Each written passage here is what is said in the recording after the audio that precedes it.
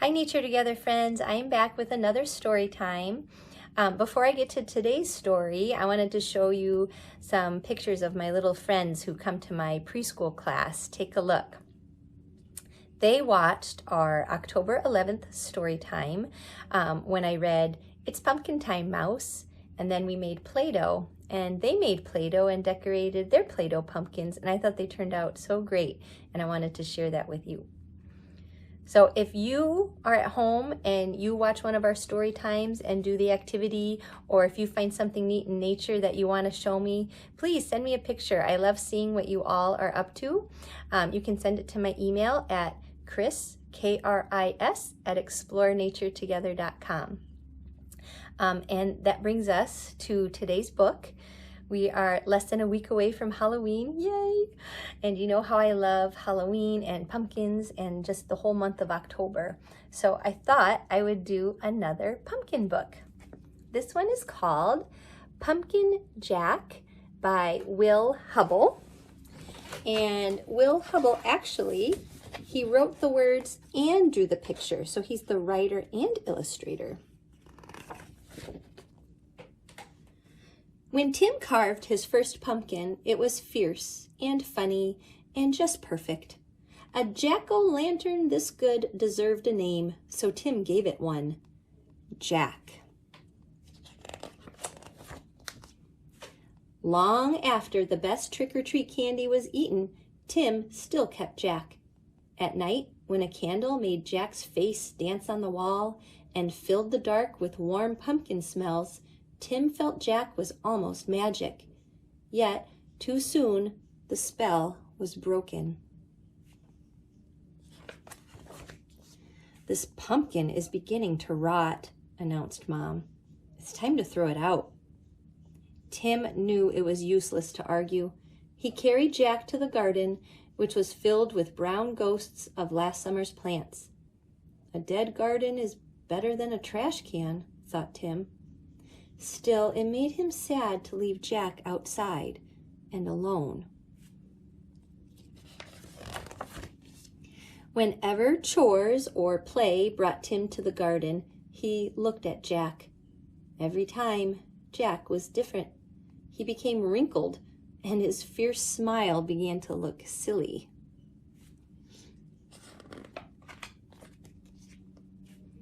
Mold spread over Jack's bright orange skin. As the days turned colder, Jack grew flatter.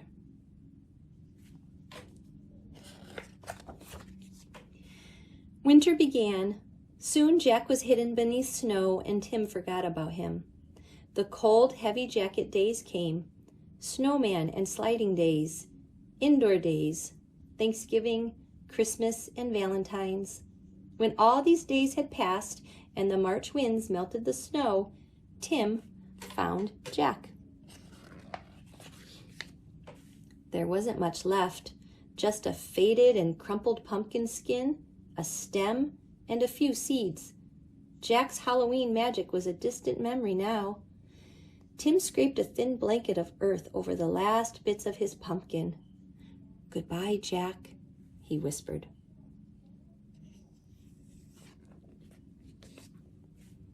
When spring turned barefoot warm, a tiny sprout appeared where Jack had been. Tim found it and guessed what it was. Do you know what it is?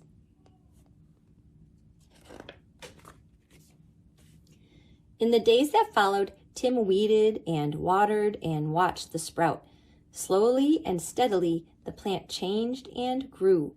It branched and spread a web of vines over the ground, but no pumpkins appeared. The days turned hot. Flowers opened on the plant each morning, yellow stars that twisted shut forever in the afternoon. Still, there were no pumpkins.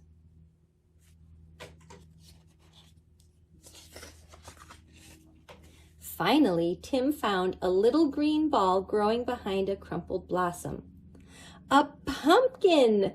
Tim let out a whoop and ran to show his mom. By August, the plant had spilled onto the lawn.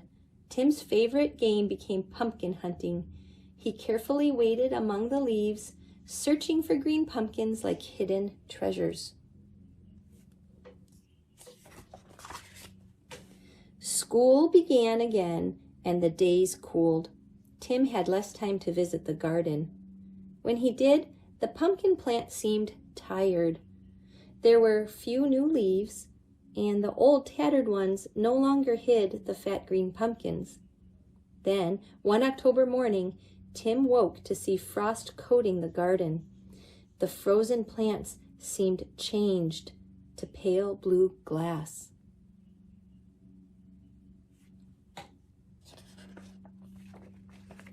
After school, Tim discovered what the frost had done.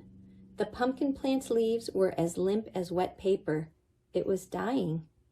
Tim searched among the withered leaves for the unripe pumpkins. He picked them and put them on the front porch, hoping for one more change.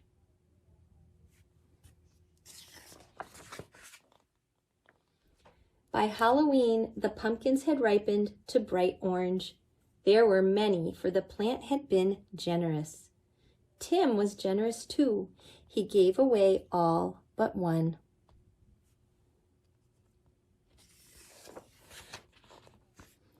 From jack-o'-lantern to seed to pumpkin again, the circle was almost complete.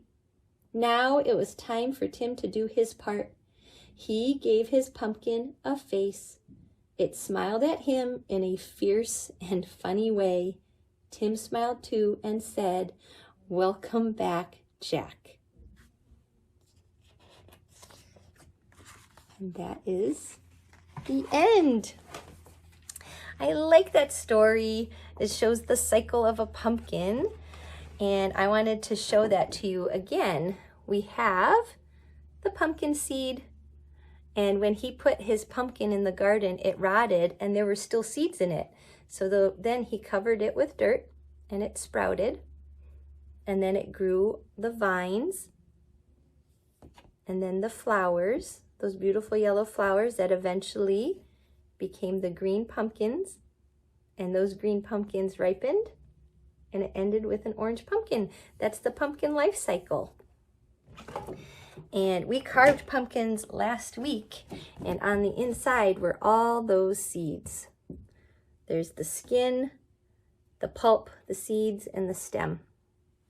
So I usually have the kids wait until right before Halloween to carve them because we like them glowing on Halloween.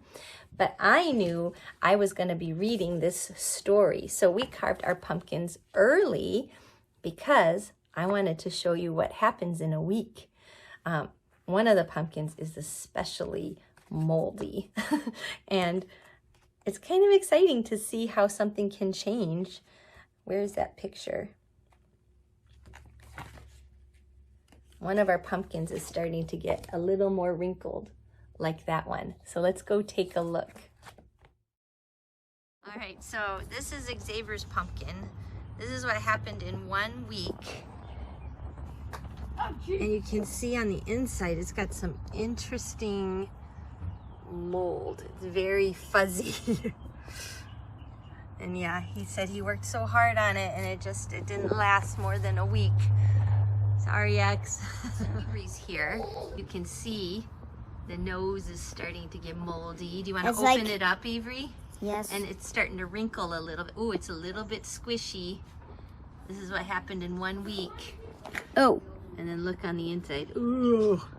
So probably in the next few days, it'll be wrinkled like Pumpkin Jack in the book. So there you go. Those are our pumpkins 1 week after carving them. It's interesting to see how they change in just a short amount of time. Maybe we'll visit them again in 2 weeks, and who knows, maybe they'll look more like this one. We'll put them outside, and every once in a while we'll check them out. It'll be a science experiment. So last week, after we carved our pumpkins, we saved the seeds. And Avery and Graydon really wanted to roast pumpkin seeds. So we did that. We also dyed some of our pumpkin seeds different colors to make pictures with them. And I want to show you that as well. And I'll have the recipes below this video if you wanted to do it too. All right, let's go check it out. Okay, Avery and Graydon are here. Yep. I gave them each some colored pumpkin seeds. With glue. And they're gonna start creating. Have fun.